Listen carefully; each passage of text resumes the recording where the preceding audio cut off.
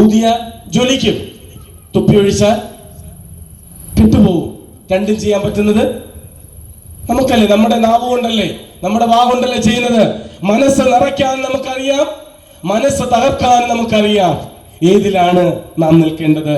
ആത്മപ്രകാശമുള്ളവരാണെങ്കിൽ എപ്പോഴും മറ്റുള്ളവരുടെ മനസ്സ് നിറയ്ക്കാൻ നമുക്ക് സാധ്യമാകും. അതുകൊണ്ട് മറ്റുള്ളവരുടെ മനസ്സ് നിറയ്ക്കുന്ന നിറവുള്ളവരായി തീരുവാൻ തക്കവണ്ണം നമുക്ക് ഇടയാകട്ടെ. അതുകൊണ്ട് രണ്ടാമത്തെ ഓർമ്മപ്പെടുത്തൽ ഞാൻ പറഞ്ഞു. ഒന്ന്, സന്തോഷ പരിപൂർണതയുടെ ഇടമാണ് എന്ത്? കർത്താവിന്റെ പാദപീഠം. രണ്ടാമത്, ആത്മപ്രകാശനത്തിന്റെ ഇടമാണ് കർത്താവിന്റെ പാദപീഠം. മൂന്നാമത്, വിശുദ്ധ യോഹന്നാൻ എഴുതിയ സുവിശേഷം 11-ാം അധ്യായം 32-ാമത്തെ വാക്യം. വിശുദ്ധ യോഹന്നാൻ സുവിശേഷം 11-ാം അധ്യായം 32-ാമത്തെ വാക്യം. അവരെ അങ്ങോട്ട് വിട്ടതാരും കൊണ്ടുവന്നതാരും സ്പേസിന്റെ സിഇഒയുടെ പേരെന്ന് ഇതൊക്കെ നമുക്കറിയാം. ഇലോൺ മസ്ക്, ലോകത്തിലെ ഏറ്റവും വലിയ കോടീശ്വരൻ ഇലോൺ മസ്ക്. അദ്ദേഹം സൗത്ത് ആഫ്രിക്കയിലെ പ്രിറ്റോറിയ എന്ന് പറയുന്ന കൊച്ചു ഗ്രാമത്തിൽ ജനിച്ചു. കോളേജ് പഠിക്കാനായിട്ട് അമേരിക്കയിൽ ഉന്നത പഠനം കഴിഞ്ഞു. അവിടെ തന്നെ സിറ്റിസൺഷിപ്പ് എടുത്തു. കാനഡ സിറ്റിസൺഷിപ്പ് ഉണ്ട്. എവിടെയൊക്കെ സിറ്റിസൺഷിപ്പ് ഉണ്ടെന്ന് അദ്ദേഹത്തെ മാത്രമേ അറിയൂ. സ്പേസ് എക്സിന്റെ സിഇഒ, ടെസ്ലയുടെ സിഇഒ, സ്റ്റാർലൈൻ്റെ സിഇഒ, ആർട്ടിഫിഷ്യൽ ഇന്റലിജൻസിന്റെ ഏറ്റവും വലിയ ഉപജ്ഞാതാവാണ് അദ്ദേഹം എന്നെ പ്രൊമോട്ട് ചെയ്തുകൊണ്ടിരിക്കുന്നത്. 4 കല്യാണം കഴിച്ച കാര്യം അറിയാം. 12 പിള്ളേരുണ്ട്. ഈ 4 ഭാര്യമാരും 12 പിള്ളേരും സുഖമായിട്ട് ജീവിക്കും. അവർക്ക് വേണ്ടതെല്ലാം ഒരുക്കി കൊടുത്തിട്ടുണ്ട്. അപ്പൊ ഞാൻ പറഞ്ഞിരിക്കുന്നത്, ഈ മനുഷ്യൻ ലോകത്തോട് വിളിച്ചുകൊണ്ടൊരു കാര്യമുണ്ട്. ഈ മനുഷ്യൻ വിളിച്ചു പറഞ്ഞ ആണവായുധത്തെക്കാട്ടിൽ ഭയാനകമാണ് ആർട്ടിഫിഷ്യൽ ഇന്റലിജൻസ്. ആണവായുധത്തെ മനുഷ്യൻ ഭയപ്പെടുന്നുണ്ട്.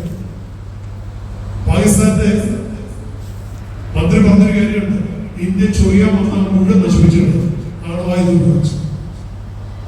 ഇന്ത്യ പണിയാൻ വന്നു കഴിഞ്ഞാൽ ആണവായുധം ഉപയോഗിച്ച് നശിപ്പിക്കും. അത് ലോകത്തോട് വിളിച്ചു പറഞ്ഞ കാര്യം. ചിലപ്പോൾ മാറണമെന്നില്ല, അതൊക്കെ ചെയ്യാൻ കഴിവും പ്രാപ്തിയൊക്കെയുള്ളവരാണ്. അവർക്ക് വരുന്ന സപ്പോർട്ടുകളുണ്ട്. അപ്പൊ ഞാൻ പറഞ്ഞ ആണവായുധത്തേക്കാൾ ഭയാനകമാണ് ആർട്ടിഫിഷ്യൽ ഇന്റലിജൻസ്. വരാൻ പോകുന്ന യുഗം എന്തായിത്തീരും, എങ്ങനെയായിത്തീരും എന്ന് നമുക്ക് നിഗമിക്കാൻ പറ്റും. വരുന്നൊരു 10-20 വർഷത്തിന് ശേഷം ഉള്ള ലോകം നമ്മൾ ഇന്ന് കാണുന്നതിനൊക്കെ, സ്വന്തം കാണുന്നതിനൊക്കെ അപ്പുറമാണ്.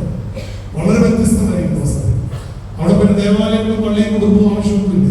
ഇതൊന്നുമില്ലാത്തൊരു കാലത്തേക്ക് മനുഷ്യൻ എത്ര കൃത്യമായിട്ട് പറയാമെന്ന് ഈ ബിൽബോറിനെയും അതുപോലെ സുനിത വില്യംസിനെയും മുടക്കിക്കൊണ്ടിരാൻ എത്ര സുന്ദരമായിട്ട് ക്രമപ്പെടുത്തുന്നത്. സ്പേസ് ബഹിരാകാശത്ത് വെച്ച് 2 ബഹിരാകാശ വാഹനങ്ങൾ കൂട്ടിച്ചേർക്കുന്ന പ്രോസസ്സിന് പറയുന്ന പേരറിയാം, സ്പീഡ്നെസ്. ഇത് ക്രമപ്പെടുത്തി കൃത്യമായിട്ട് അതിനെ വളരെ കൃത്യമായിട്ട് അനായാസമായിട്ട് സൈക്കിളിലേക്ക് എഴുതുന്നപോലെ എത്ര ഭംഗിയായി ലോകം മുഴുവൻ സംഭവം. അപ്പൊ ഞാൻ പറഞ്ഞ മനുഷ്യന്റെ നിയന്ത്രണത്തിന് അതീതമായി, മനുഷ്യന്റെ ബുദ്ധിക്ക് അതീതമായി ശാസ്ത്രം വല്ലാണ്ട് കുതിക്കുന്നൊരു കാലത്ത് ജീവിക്കും.